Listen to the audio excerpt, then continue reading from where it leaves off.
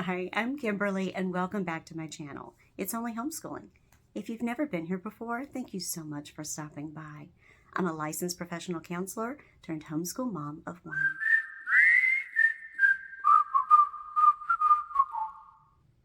It's that time of year again when everyone is talking about their curriculum picks for the upcoming school year. I love IEW.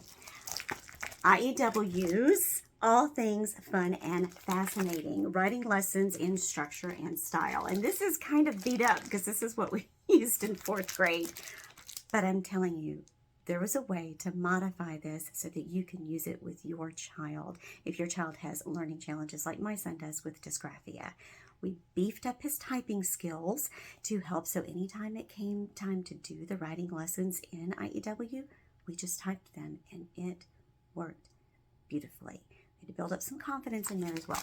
But this is what we used last year, was all things fun and fascinating from IEW. And I will give a little bit of a flip through with this one so you can see what it's like to do with the writing lessons as well. But here's just kind of an example. They give you a passage to read, and then you start taking notes and words from that little passage. And it's building up their ability to read through a selection of writing, pick out the keywords that are important so that they can learn how to also write that for themselves later. It builds them up in their essay writing skills and builds up their confidence. So this was last year's. And this year, we are going with Fables, Myths, and Fairy Tales writing lessons by implementing the structure and style writing method. So here is an example from last year when we were using all things fun and fascinating.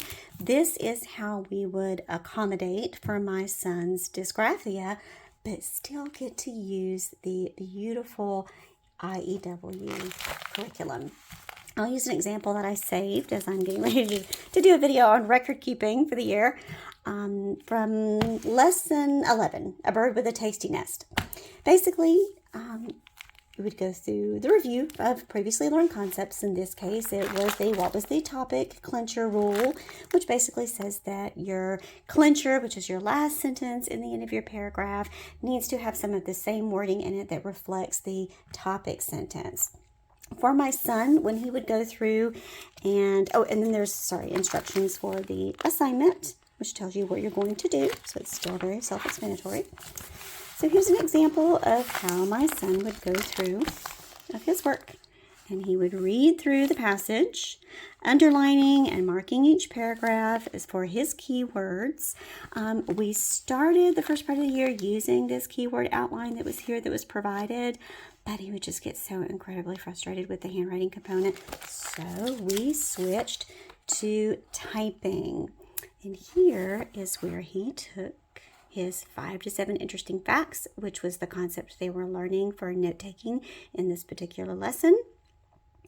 And he went ahead to use that to make his keyword outline on the computer and built his typing skills in the process.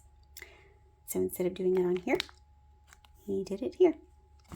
This is the first part of the exercise.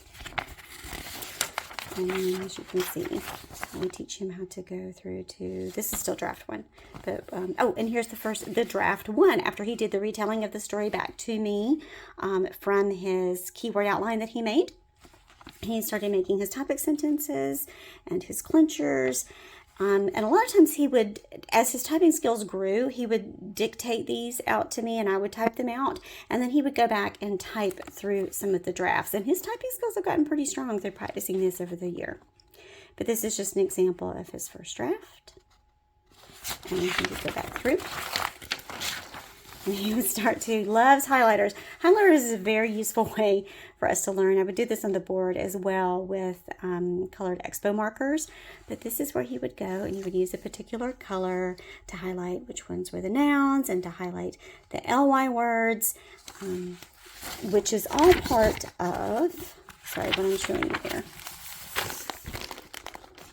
this page, which is where they're learning how to add in quality, to strengthen their writing and make good quality writing from here. Quality adjectives that would describe the noun of caves and nests and how would you describe the birds in general, and then strong ly words. It gives you a checklist as you're going through your writing to make sure that before you turn it in for a grade, that you read through your writing and through several of your drafts, and you know what your teacher is looking for.